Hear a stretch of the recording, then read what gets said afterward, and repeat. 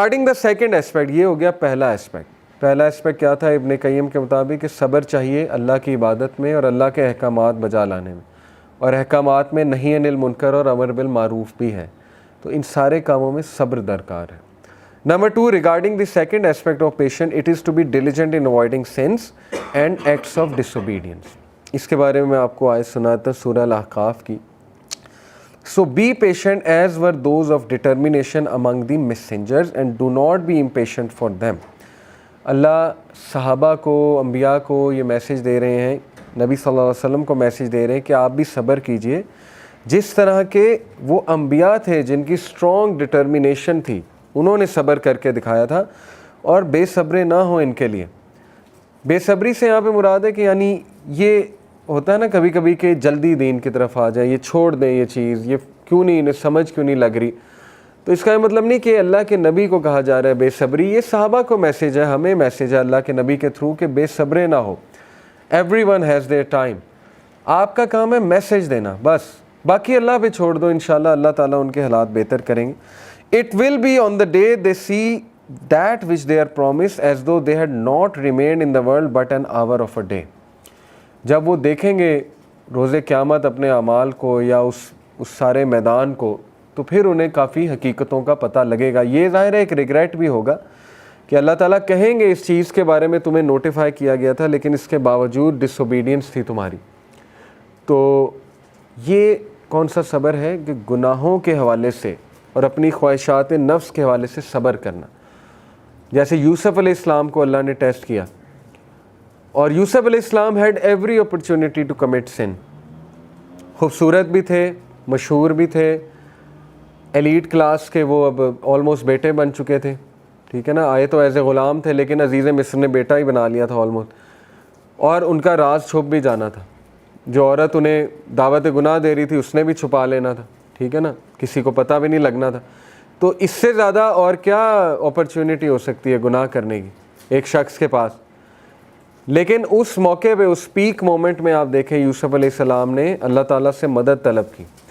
Point is مدد طلب کی، اللہ سے مدد طلب کرنی پڑتی ہے، اور پھر اللہ نے سارے دروازے کھول دیے، دروازے کھلتے گئے، وہ کوریڈور تھا لمبا سا، سارے دروازے کھل گئے اور یوسف علیہ السلام نے دوڑ لگا دی، حالانکہ دروازے لاکڈ تھے۔ کیسے کھل گئے؟ امپاسبل سچویشن کیسے پاسبل بن گئی؟ اللہ نے بنائی۔ پوائنٹ از کہ انہوں نے شو کیا میں بچنا چاہتا ہوں، نفس امارہ سے پناہ مانگی۔ نفس ہمارا برائی کی طرف اکسانے والا نفس ہے۔ اسی طرح دیکھیں قیامت والے دن 7 لوگ اللہ کے عرش کے سائے تلے ہوں گے، اور ان میں سے ایک ٹائپ اس نوجوان کی ہے کہ جس کو ایک عورت نے دعوت گناہ دی اور اس نے کہا کہ میں اللہ سے ڈرتا ہوں، اور اس میں ایک اس نوجوان کی ہے کہ جو مسجد کے ساتھ اٹیچڈ ہے۔ تو یہ ٹائپ بھی صابرین کی ہی ٹائپ ہے نا، اس کے لیے صبر چاہیے۔ ابو ہریرہ رضی اللہ عنہ نے فرمایا کہ نبی صلی اللہ علیہ وسلم نے فرمایا Allah will provide shade to a man to whom a beautiful woman of high status seduces but he rejects her by saying I fear Allah انی اخاف اللہ۔ وہ کہے گا کہ میں اللہ تعالیٰ سے ڈرتا ہوں، مجھے اللہ کا خوف ہے، تو اللہ اس کو عرش کا سایہ نصیب کریں گے۔ تو لہٰذا ہمیں جو صبر آج کے دور میں چاہیے وہ یہی، ہمیں بلیف چاہیے کہ ہم جب صبر کریں گے اللہ ہمیں اس کا ریوارڈ بھی دے گا، اور اگر اللہ کے لیے ہم کسی چیز کو چھوڑیں گے تو اللہ ہمیں اس سے بہتر دے گا۔ اس کے لیے صبر چاہیے، اور وہ صبر بھی برداشت کرنے سے آئے گا، وہ صبر بھی کرنے سے آئے گا، اور اللہ مزید گرانٹ کر دے گا۔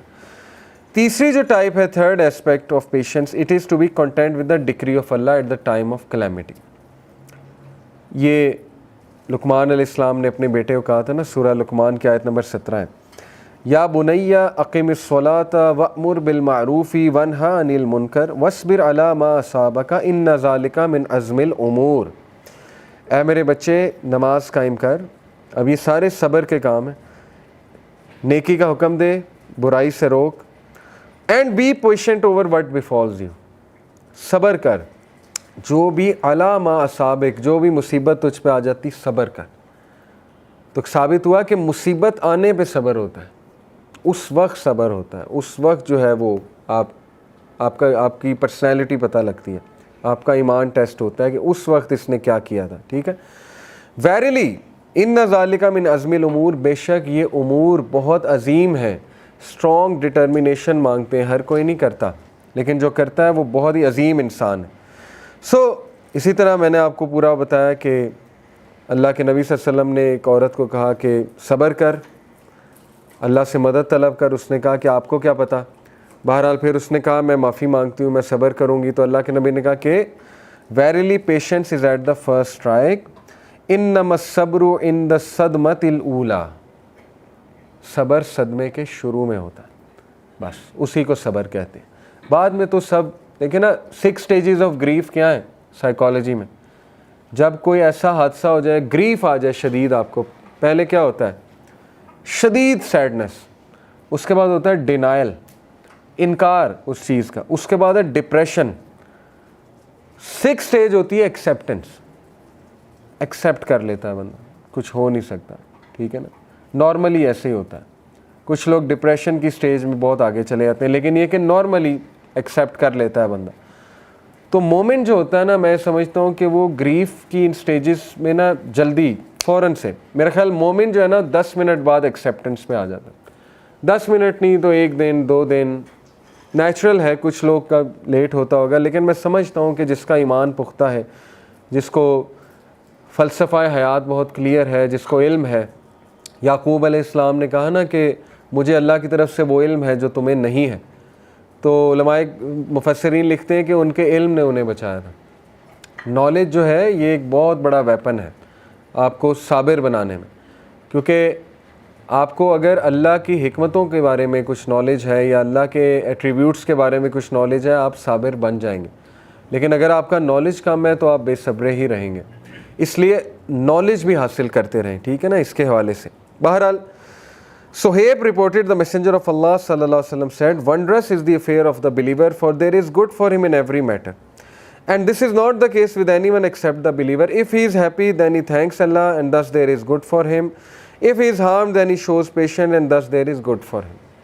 کیا ہی خوبصورت ہے مومن کی مثال کہ جب کچھ اچھا ہوتا ہے الحمدللہ کہتا ہے، جب کوئی حادثہ ہو جاتا ہے تب بھی الحمدللہ کہتا ہے، اور ہر چیز میں اس کے لیے گڈ ہے.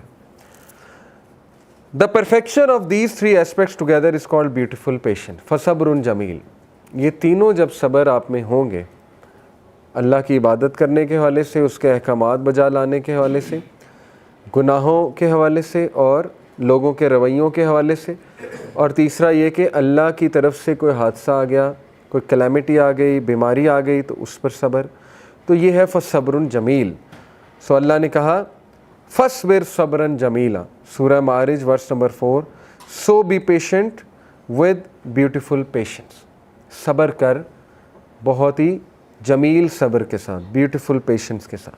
صبر کو بیوٹیفائی کرو. اگر کسی چیز پہ ورکنگ کرنی ہے تو صبر پہ ورکنگ کریں. ٹھیک ہے نا، ہم بے صبرے کیوں. ایک اسکالر کہتے تھے ڈاکٹر صاحب رحمہ اللہ کہ اگر آپ ایک شخص سے مدد مانگیں اور وہ آپ کی نہ کرے، اور آپ دوسری بار مانگیں پھر بھی نہ کرے، تیسری بار مانگنے چلے جائیں، تو وہ شرک ہے. وہ توکل کی کمی ہے آپ میں. آپ کو وہ بندہ نظر آ رہا ہے، آپ کو اللہ نظر نہیں آ رہا. آپ بندوں کے رحم و کرم پہ آ گئے. اور کئی بار میں آپ کو یہ بتا چکا ہوں کہ یہ سوچنا کہ یہ بندہ میرا مسئلہ حل کر دے گا، یہ بھی شرک کا ایک ایلیمنٹ. بندے نہیں کر سکتے مسئلہ حل. بندوں کے پاس صرف کچھ سجیشنز ہوتی ہے، کوئی تھوڑا بہت آپ کو باتیں بتا دیں گے، لیکن بندے پہ توکل کرنا اللہ کو چھوڑ کے. میں نے کئی بار دیکھا ہے لوگ ویٹ کرتے ہیں، 1 مہینہ ویٹ کرتے ہیں کہ میں بس کسی طرح بات کر لوں میرا مسئلہ حل ہو جائے گا. ایسے نہیں ہوتا ہے. وہ اللہ ٹیسٹ کر رہا ہے آپ کو. میں نے تو آپ کو واقعہ پورا سنایا کہ بنی اسرائیل کو حکم دیا گائیں ذبح کرو، جاؤ. کوئی بھی گائیں ذبح کر لیتے، مسئلہ کس نے حل کرنا تھا؟ اللہ نے. وہ کن کمپلیکیشنز میں پڑ گئے، کلر کیا ہونا چاہیے، گائیں کیسی ہونی چاہیے، پریگننٹ ہونی چاہیے یا نان پریگننٹ ہونی چاہیے وغیرہ وغیرہ.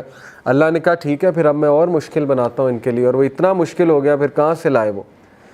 اس لیے مدد کس نے کرنی ہے؟ اللہ سے. آپ کسی سے بھی بات ڈسکس کر لیں گے نا، کسی بھی نیک انسان سے، اللہ اس کے تھرو کچھ کہلوا دے گا، آپ کی مدد ہو جائے گی. اللہ اس کے تھرو آپ کو کوئی سلوشن دے دے گا.